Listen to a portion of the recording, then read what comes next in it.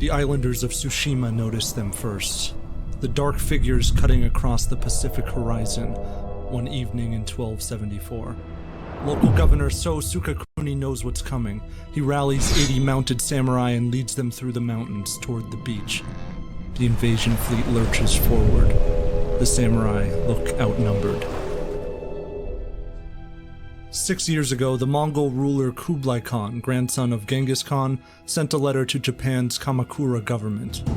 Innumerable people in far-off lands have learned to fear our power and have longed for our virtuous rule. Moreover, the sages consider the entire universe one family. Therefore, if we should not establish friendly relations with each other, how could it be in accordance with the doctrine of one family? Who would care to appeal to arms? It's seemingly an offer to peacefully submit to Kublai Khan and become subjects of the Mongols. Yet to reject his proposal is to flirt with apocalypse, Holocaust. The sublime cities of the Islamic world, the opulent kingdoms of Russia, mighty domain of Imperial China, have been defiled, burned, gutted. Millions of men, women, and children butchered by the Mongols. For unknown reasons, Kublai Khan has decided that Japan should now bend the knee to his empire. Japan's government responds by ignoring his letter. So Sukakuni is Ignomegalald Ord. First to suffer the consequences. At dawn, 1,000 Mongols charge the beach. Wait, isn't Hoshinshin then where the order of where the name assassin comes from? Which is Shakespearean, if I'm not mistaken. But also, that's what the basis for like Ezio and Assassin's Creed. Isn't that what that is? Anne, you scared the shit out of me. Oh my god. Oh my lord. Okay. Imagine having the balls to dono wall the fucking Mongols. Yeah, I mean, pretty based. Altair from Assassin's Creed is Arabic. Yeah. Samurai are masters of the blade, but they are first and foremost horse archers. The Japanese fight in small, disparate bands of samurai warriors and their followers. They prefer to pick off individual targets at range. This initially works against the Mongols, and Tsushima's defenders cut down many of the oncoming invaders. But Mongol tactics are foreign and overwhelming. Mongol domination has come on the backs of battle-worn nomads trained in horse archery since childhood. They launch synchronized charges in units, raining mass volleys of arrows down on clumps of enemies. When the exhausted enemy herds begin to thin, they charge the gaps and look to finish the battle with axes and swords. Here, the samurai's mastery of both grappling on horseback and unmounted sword warfare becomes crucial. In the melee, one samurai shatters his sword, and a shower of Mongol arrows kill him. The defenders of Tsushima are outnumbered. No honor! The Mongols were like, honor? What? The fuck you mean, honor, bitch? Get arrowed. Get fucking rolled with with a sea of arrows from afar, you fucking bitch. They're like, honor, we do genocide. Like, that's the way we take over areas. Like, what are you talking about? We literally warned you in a letter. Hey, we do genocide. We're going to come do genocide. And these guys are like, no, we're going to fight with honor. The bodies of Sukakuni and his followers are left on the beach. And by midday, the Mongol invasion of Tsushima is unstoppable. Local buildings are burned, inhabitants slaughtered. The Mongols do the same to the island of Iki before advancing toward the mainland. The fleet comes into view and drops anchor, revealing the Mongol flair for psychological warfare. Their bows are adorned with female islanders dangling from a rope strung through their palms. An onslaught of Mongol horse archers charge the beach to the tune of signals from gongs and drums. They launch ear-splitting gunpowder bombs, sending Japanese horses staggering backward. Then they swing hooks and other weapons to rip the Japanese from their mounts. The Mongols generally navigate the battlefield wearing versatile light armor and carrying personal shields, while the more heavily armored samurai only use shields as stationary protective walls for their archers. The samurai are relentless sharpshooters. Their counterattacks force some of the Mongols to retreat and regroup. One samurai, Takazaki Suenaga, is eager to make a name for himself. Japanese warriors are compensated by the shogunate government only when they can offer proof of their own exceptional deeds. Proof which often takes the form of eyewitness accounts or enemy heads. Suenaga has tracked the retreating Mongols to an encampment. One of his followers warns him not to charge, to wait for reinforcements, but Suenaga answers, "The way of the bow and arrow is to do what is worthy of reward. Charge!" The Mongols let fly a volley of arrows, wounding Suenaga and his 3 retainers. Suenaga presses on until an arrow drills into his horse and he's thrown to the ground, helpless. Suddenly, a charge of reinforcements storms forward, saving his life. The Mongol counterattack is brutal. The Japanese scatter and retreat inland, while the invaders lay waste to many of the homes and shrines along the coast. And then, they leave. There appears to have been a storm prior to their departure. Some accounts claimed it wrecked much of the Mongol fleet, while others state it was simply a fortuitous wind that gave through.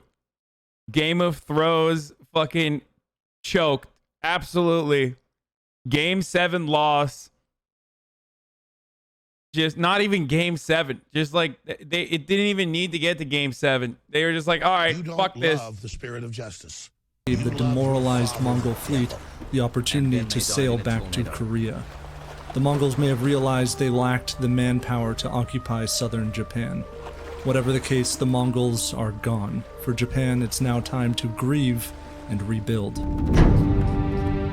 It's the following year that Mongol emissaries arrive in Japan, reiterating Kublai Khan's request to submit to Mongol rule. Hojo to I mean, after that, they're like, lol, you guys lost the wind, lol, get the fuck out of here. I don't even understand why they would, I don't know what the strategic or tactical decision is to like literally overtake a fucking island. I truly do not understand it with like very limited, I mean, I don't know. Is Japan like dense in natural resources? I thought like the entire basis behind the katana is because the island doesn't have, really have any sort of fucking, like, it doesn't have a significant amount of natural resources. No, Japan had a lot of silver, but that's it. Has a lot of gold. It's a political reason new emperor needs to conquer stuff. More land equals more prestige.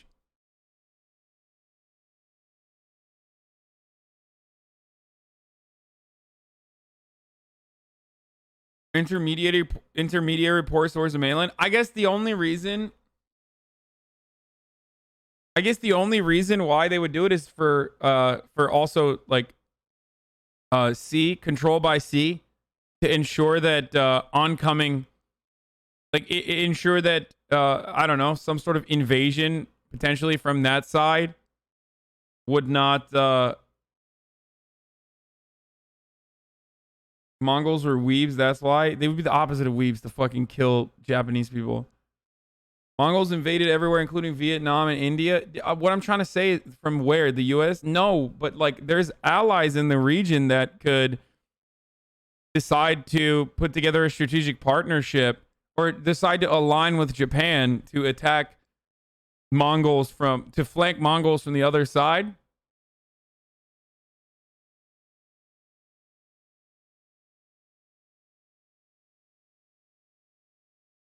Don't guess, man. Just go read the history about that. All right, guys. I guess I should end the stream right now. I'm going to go read about the history of the Mongols. You love your father for the next devil. 3 hours. I'm like, what the fuck are you talking about, dude? Shut the fuck up. Don't guess, dude. What the fuck? Tokamune, the de facto ruler of Japan, has been beheaded. Later emissaries suffer the same fate. Tokamune knows the Mongols won't forget this. He constructs 12 miles of high stone walls on the coast of Japan. Another vital part of Japanese defense is prayer. The emperor, still an important religious figure in Japan, orders shrines to pray for peace and curse the Mongols. Yet the Mongol Empire only grows in power. They've crushed the last of China's southern Song dynasty, absorbed its mighty navy, and constructed a massive new fleet. In the years since the invasion, Kublai Khan has had time to orchestrate the downfall of Japan. 1281, a Mongol fleet arrives on Tsushima. Defending samurai are crushed, villagers run to the mountains, but the Mongols follow the cries of fleeing children and hunt them down. Kind of sucks for Tsushima that like they're constantly getting ripped because they're like the first line of defense.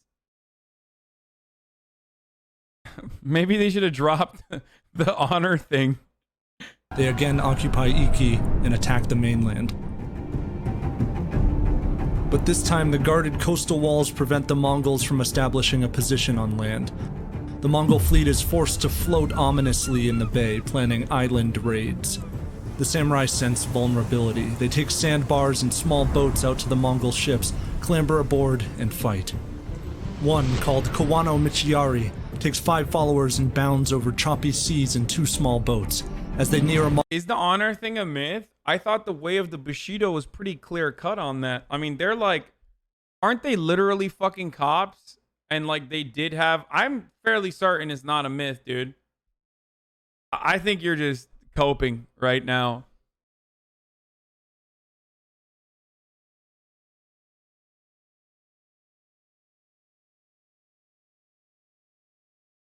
Not really. They were really very much practical as normal warriors. The samurai murdered the fuck out of a shitload of civilians, lol.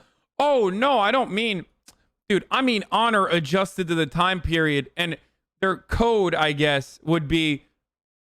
I feel like when I'm talking about it, I don't mean like the dramatic portrayal that you see now, or especially like anime and shit.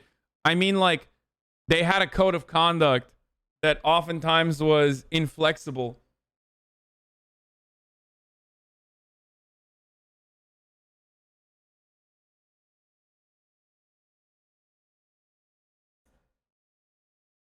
Imagine being like, dude, there's samurai had no honor. They killed civilians. After I said they're literally feudal cops. Like their entire purpose as cops is to do that. That's not much has changed. Bushido was never a concept used by samurai. It was invented after the samurai were gone completely. The spirit of justice. Isn't that father, the devil. a modern retelling of like the code of conduct that they had though? Fransa'yı son yendiğimizde golleri Cengiz ve Kaan atmıştı. Moğollar geri dönüyor diye komplo teorisi falan tutmaz mı? Amerika tutar mı lan bu? Tutmaz.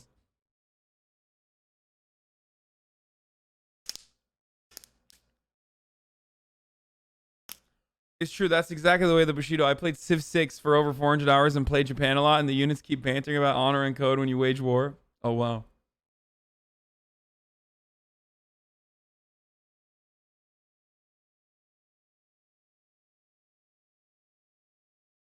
Okay. Mongol vessel, an enemy archer kills his uncle. 2 more arrows carve into Michiari's shoulder and left arm as he climbs aboard. He ignores the wounds, unsheathes his sword, kills a large Mongol, and captures an officer. Takazaki Suenaga is also eager to join the fray. He squeezes onto an outgoing Japanese boat, storms a Mongol ship, and attacks the crew. Can someone explain to me what this guy is doing? Can someone explain to me what the logic is for being naked on a fucking boat when like all the samurai are just geared out of the ass? Don't you feel very scared in that circumstance? Kind of wild that they were like, all right, we're the peasants. We're going to row these boats. Hey, why the fuck do these samurai have like insanely gigantic armor on them while we're just like fucking nude?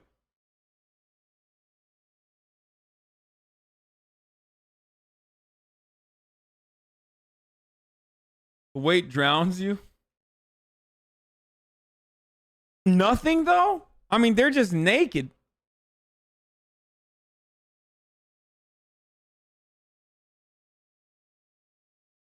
Eager to join the fray. He squeezes onto an outgoing Japanese boat, storms a Mongol ship, and attacks the crew. Like, I feel like if I was rowing a boat, I'd be like, hey, guys, I think it's kind of weird that we're rowing the boat and the dudes immediately in front of us that we're trying to deploy have all this armor on them, and we're just kind of not protected at all. I mean, these Mongol guys, they seem to be throwing a lot of arrows our way. Maybe that's just me, but I feel kind of fucked up about the fact that we're naked.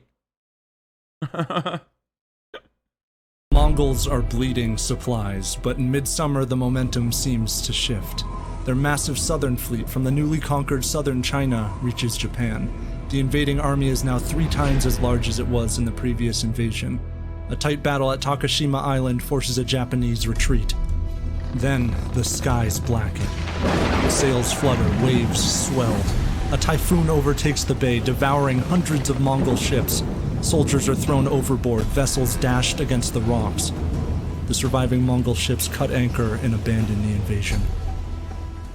Damn. The next day, thousands of Mongols... So they literally lost the wind twice. Like, they lost the wind when they did a tactical retreat, and then they lost the wind again. Wind 2, Mongolian Army 0.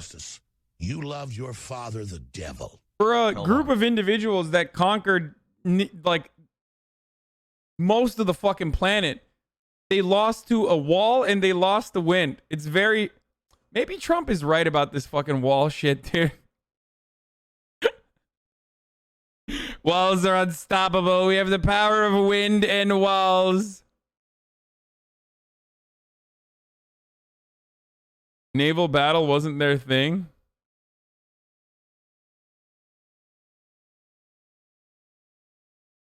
A lot of historians say that Japan would have won both times regardless of the storm.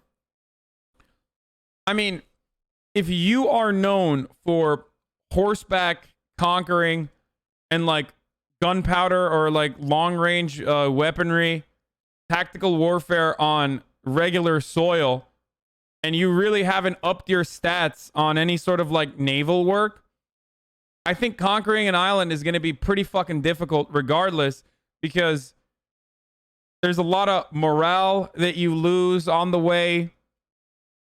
You know what I mean? It's hard. You're hungry. You get to a fucking island that you don't know anything about.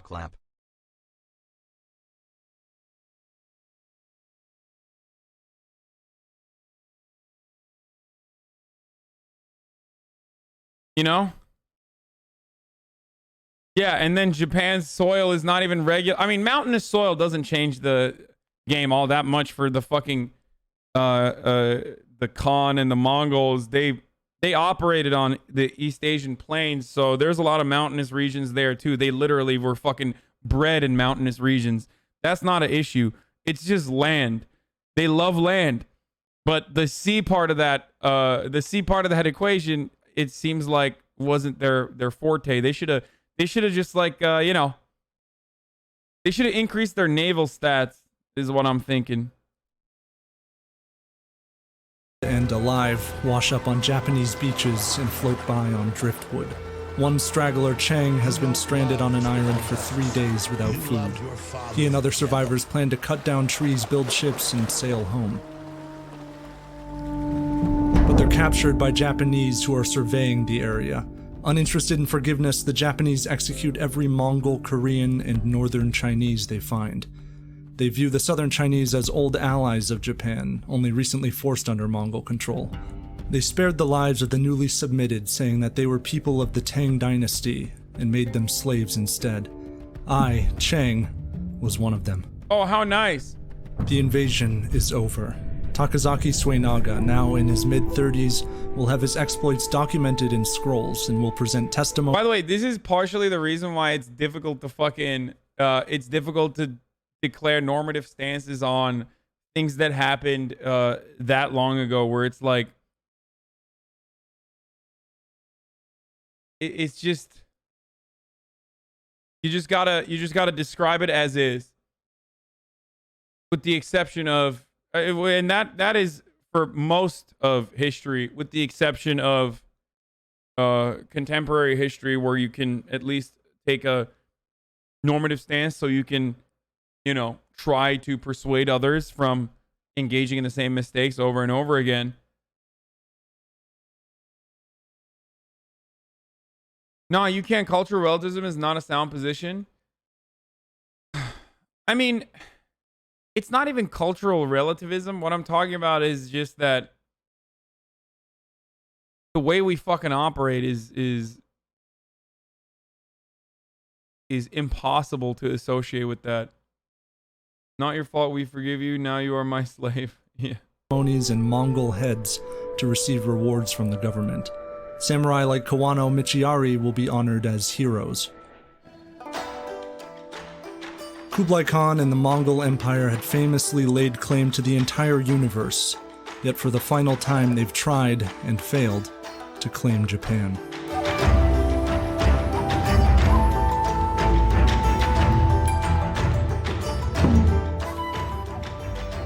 So if you haven't already, make sure to subscribe and hit that. Only reason why we know the specifics of the Mongol invasion of Japan is because Sunaga asked for scrolls to be painted showing his deeds of charging the enemy. The scrolls are pretty cool.